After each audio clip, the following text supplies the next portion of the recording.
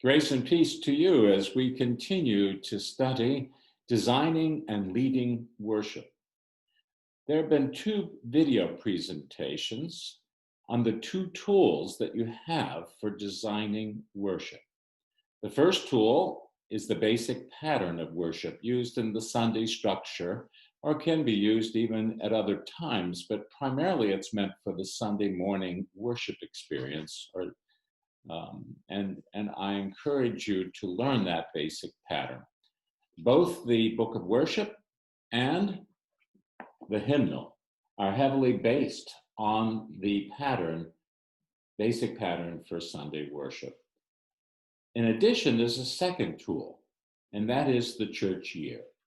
You can use both of these tools in designing worship and helping others to become more connected to leading worship. So that's your role, not just to do it all, but to help others be connected as well. So we're going to be looking at the second of these tools today, the church year. So let us look at the second tool, the church year.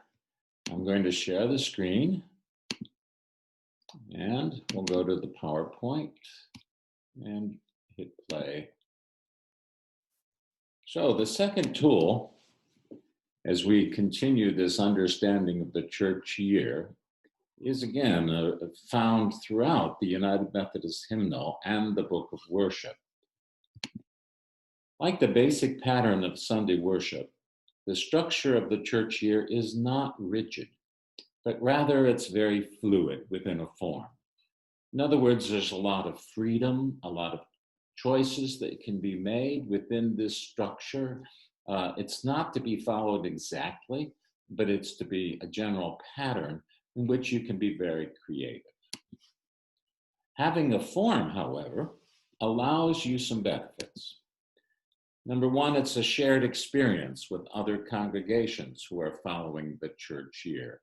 And this shared experience goes beyond even a denomination. It's ecumenical, and even beyond the boundaries of a country. It's a worldwide sharing experience. I can tell you that I had the pleasure, I love to sail. So we had a chance, a group of us, to go sailing in Tahiti. And when we got there on a Sunday morning, we looked for a church. We found this wonderful little church. The people were all colorful and so dressed up with hats, flowers in their hats. It was just beautiful. And when we got there, not to my surprise, because I was hoping this would be true, I found out that that church followed the church year and the 3-year ecumenical lectionary. So the very same lessons that were being read in the church, my church at home in the United States, were being read in this church in Tahiti. And it was an experience that just warmed my heart. I felt the connection. The language they spoke was French, so I couldn't understand the service, but they were kind enough to offer an interpreter for us. But I had been prepared by my disciplines with an understanding of the scripture that was being used, and it just enriched my whole experience. Another benefit is that it follows the life of Christ from before birth, throughout his ministry, death, resurrection, ascension, and into the forming of the early church. It gives you an experience to walk the walk with Christ, even before his birth, through the prophets that anticipate his birth, throughout his ministry, throughout his death and resurrection and passion, into the ascension and the formation of the early church. Thirdly, it guides the congregation through an overview of Scripture, because the ecumenical lectionary includes the Old Testament, Psalms, epistle lessons, and the gospel lessons. It's a great way to give an overview of the whole Bible throughout the church year. Once again, we see that there's a first, middle, and last part of the church year cycles. There are 2 cycles plus 1. 2 cycles of 3 plus 1. First, each cycle of the church year begins with a time of preparation, either Advent or Lent. Again, 2 cycles plus ordinary time, which we'll talk about later. But the extraordinary time, the seasons of the cycle, are the highlights of the Christian year. So each cycle begins with a time of preparation, Advent and Lent. In the middle, each cycle has a celebration as the heart of the cycle, Christmas and Easter. So Advent prepares us for Christmas, and Lent prepares us for Easter. And at the last, each cycle ends with a single holy day. The Epiphany ends the Advent Christmas cycle, and the day of Pentecost ends the Lent Easter cycle. And then each cycle is followed by ordinary time. That is, it's all special, but there's nothing extra special happening during this time in the life of the church. But it's a wonderful opportunity that covers the Sundays until the next cycle begins. Gives a great opportunity for a preaching series, for example. So let's look at these cycles. The Christmas cycle, the Advent season, 4 Sundays prior to December 25th. If Christmas happens to be on December 25th, the 4 Sundays prior to that make up the season of Advent. This is the longest experience of the Advent season. If Christmas is on a Monday, then you will find the shortest experience. But I would just use a calendar to guide you through which Sunday is the first Sunday, because it does move around. The Christmas season is 12 days, the 12 days of Christmas, ending on January 5th. January 5th in tradition was called Twelfth Night. That's when they took down all the Christmas decorations, which at that point were all live evergreens, and they would burn them in a bonfire and sing for the last time the Christmas carols.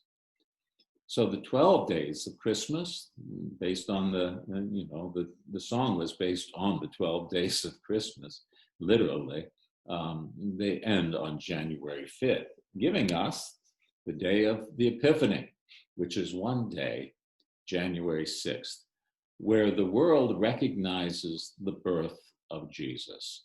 It's the coming of the Magi, the wise ones who come from afar, from the east, and they come, so the world says, we honor and recognize this newborn king.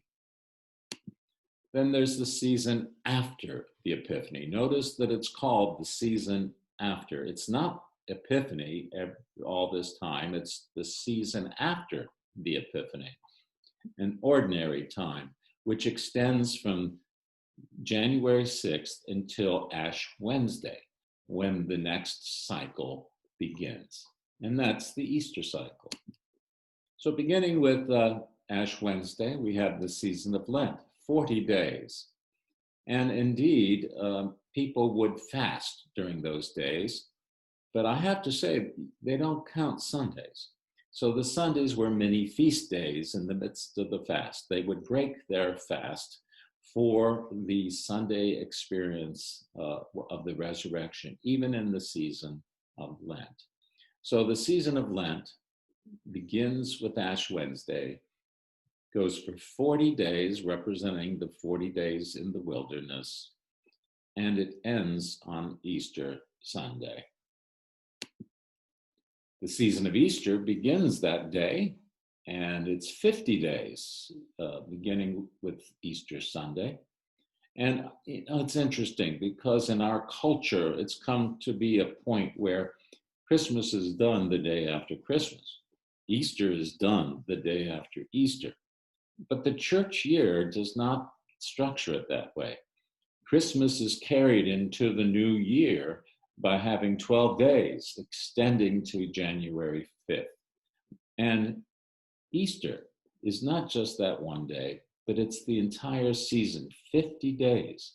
As a matter of fact, Easter is the longest season of the extraordinary time, not counting ordinary time. But if you look at the seasons of the two cycles, Easter is the longest cycle. It's the most important cycle. Then you have the day of Pentecost. Again, one day ending that Easter cycle. And it's the 50th Pentecost, the 50th day of Easter. Sometimes referred to as the birth of the church. It's a great opportunity for us to begin in the next season of ordinary time, exploring the early church and our church today, and what lessons we can learn from the book of Acts, and what lessons we can learn from that early experience. So those are the two cycles. They're important to become familiar with. It's important to become familiar with them and to learn the flow of the Christian year. Location, location, location. Again, I have to say the cultural context. The church year is designed to be flexible for use in various cultures or in various contexts. So it's not rigid, it's very fluid. The more the form is understood by those worshiping, the richer the experience becomes, and the more willing people are to be involved and to offer leadership. The importance of holy days will vary from culture to culture. For example, New Year's Eve is very important for some churches, and Christmas Eve is very important for other churches. You need to know and understand the culture of the congregation that you are serving. Some churches have revivals during Holy Week. Others have more reflective, somber services during Holy Week. Once again, location, location, location, as Pastor B always says. I want to talk about how you can design worship to reflect the five senses and how the five senses connect to the church year: sight, sound, taste, smell, and touch. So keep these five senses in mind when designing worship throughout the year. Sight, paraments, those cloth hangings from the pulpit and the lectern and the altar. A lot of times churches will have them, and they match according to the seasons and the colors of the seasons of the year. Why those three locations are important? Well, the lectern is where the word is read, the pulpit is where the word is proclaimed, and the altar is where we offer our responses to hearing the word read and proclaimed. Banners, artwork, symbols can reflect the culture of the church, or it can introduce other cultures to the church. For example, World Communion Sunday. It's a great opportunity to lift up the fact that we are part of a worldwide network of churches. Sound, music is always key, and music is identified often with a season. Think of Christmas carols and the season of Christmas, or Christ the Lord is risen today, and Easter. Music is a wonderful way to signal to people, we're in this season. Sound systems are so important. Let me say that an issue that you will face throughout your ministry are people coming to you and say, I couldn't hear you. Pay attention to sound systems. Sound, whether it's music or the spoken word, is very important in worship. Taste. Communion offers us an opportunity to taste and see. So even taste is included in our planning for worship. as we can offer the bread and drink from the cup. Smell, Easter flowers, be careful there to overwhelm people with the scent. But incense is the traditional way of bringing smell into a room, indicating the presence of the Holy Spirit. Live plants can be beneficial and again, provide a pleasant atmosphere visually, but also can offer some pleasant smells as well. Touch. It's the old stand up, sit down, and then the importance of having a place to kneel. In some churches, kneelers are provided in the pews. Most United Methodist churches, the kneeler is placed at the altar rail, giving a place for people to kneel and feel that connection to their faith.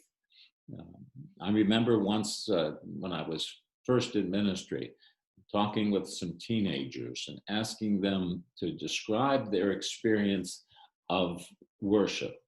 And here's what they said to me. They said, well, you come in and you sit down, and then you stand up, and then you sit down again, and then you stand up, and then you sit down again for a very long time, and then you stand up, and that to them was worship.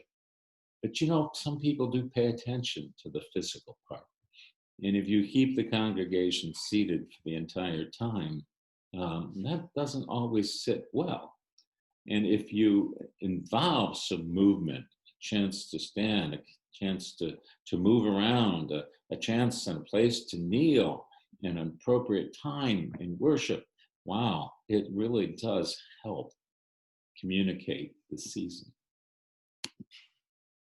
Changing these senses can connect people to a season. They begin to look for the colors. They begin to listen to the music, and they begin to understand how these indicators tell me I'm in a particular season of the church year. So best practices. Plan carefully. I would suggest to you, consider building an outline of worship plans during the summer or whenever it's slow for you, and then offer more details for each season as it approaches. In other words, do an outline of the entire year. Put a plan together so you can sense where this is going and you can see the big picture. You can move into the details the closer you get to each Sunday in each season, but it's good to have an overall outline. Give your musicians plenty of time to be prepared. Even if they tell you they can be flexible, they still want time to get ready. In some cases, people have to find the music for a particular song or a theme that you want to lift up. In other cases, they may have to, well, I know one musician who would actually transpose music so that the people singing could sing it in an easier key. But give them time to get ready. Keep ushers and communion stewards, as well as others who are involved, fully informed so they are not caught by surprise with new plans or new changes. You can't just go in Sunday morning and try, oh, by the way, we're going to do it this way. Give them a little heads up. Let them know what's happening, and they'll help you. They'll become part of the team and provide you a better experience overall for people worshiping with you. Now I want to talk about the use of the lectionary, which is another tool which is connected to the church year. Using a lectionary, such as the 3-year ecumenical lectionary, helps you follow the church year and keeps pastors from preaching on their favorite scriptures. There is a tendency for us to always go to the scriptures we like as a source of our sermons. I have found that by using the lectionary, I have been able to be challenged by passages I don't care for. I'm not sure what to do. And it's been in those experiences of wrestling with the word throughout my preparation that I have found the most enriching experiences for me personally, and that where people have said to me, oh, I've always struggled with that one too. I'm so glad you addressed it. Using a lectionary connects you to churches worldwide who are focusing on the same lessons. As I shared with you the story about going to Tahiti. The same thing I can tell you about being in Wesley Chapel in England, where they read the same lectionary at the Wesley Chapel in London that they were reading in the church I served back home. Networking with others near you, such as a lectionary group, gives you someone with whom to share ideas. You're not the only preacher preaching on that passage for that particular Sunday. And if you form an alliance, networking, if you will, networking with other pastors who are working on the same lessons, you have an opportunity to share ideas and to enrich each other and to give new angles to look at. And you're not in this all by yourself. Networking is so important. Now, let me just go through here. Finally, you can still preach a sermon series, especially during ordinary time. But you can still preach a sermon series when the lectionary often walks through books of the Bible. You might take the book of Romans, and the lectionary text will go chapter by chapter right on through the book of Romans. What a great opportunity to develop a series on the book of Romans. Or you may take a particular gospel, and that gospel is walked through during that particular time of ordinary time. But even during Advent and Lent, there are some natural sermon series that can be developed looking at these seasons. Same thing with Christmas and Easter, although those are more obvious. You can develop these sermon series even while you're using lectionary. It's not required. And certainly there'll be times, and have been times in my life when I've chosen not to follow the lectionary. But whenever I choose not to, there are always people in the church who have gotten used to reading the lectionary who say, gee, I wish I had known because I was prepared for the other lessons. You have to keep this in mind. So that's the practices for the tool of using the church year. Be sure to go to the discussion board and write your comments, your thoughts, your questions, post them, read what other students have written, and reply to that. Have a good day.